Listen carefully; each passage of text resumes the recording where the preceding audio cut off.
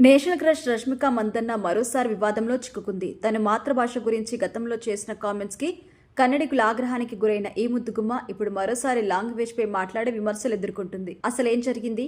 రష్మికపై మళ్లీ విమర్శలు రావడానికి కారణమేంటి? అంతలా ఆమె ఏం చేసింది అనే విషయం ఇప్పుడు వైరల్ గా మారింది. అసలు విషయంలోకి వెళ్తే వరుస సినిమాలతో బ్లాక్ బాస్టర్ విజయాలు అందుకుంటూ బాక్సాఫీస్ వద్ద వేల కోట్ల కలెక్షన్స్ వసూలు చేస్తూ బిజీగా హీరోయిన్ గా మారిపోయిన రష్మిక తాజాగా నటిస్తున్న సినిమా కుబేరా.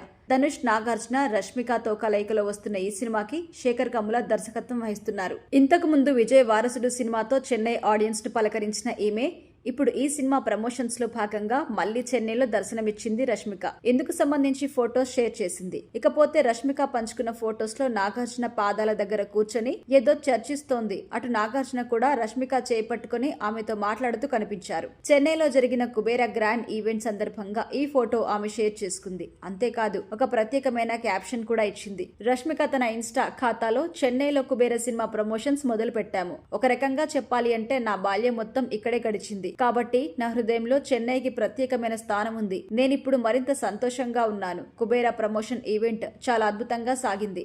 మా నాన్న ఇక్కడే పనిచేయటం వల్ల మేము చెన్నైలోనే నివసించాము. ఇక్కడ నేను రస్కిన్ అనే స్కూల్లో చదువుకున్నాను. అయితే ఇప్పుడు ఆ స్కూల్ ఉందో లేదో నాకు తెలియదు. తర్వాత మేము కూర్గుకి మారాము. నేను నేర్చుకున్న మొదటి భాష తమిళ్ అంటూ రష్మిక తన పోస్ట్ కింద క్యాప్షన్ రాసుకుంది.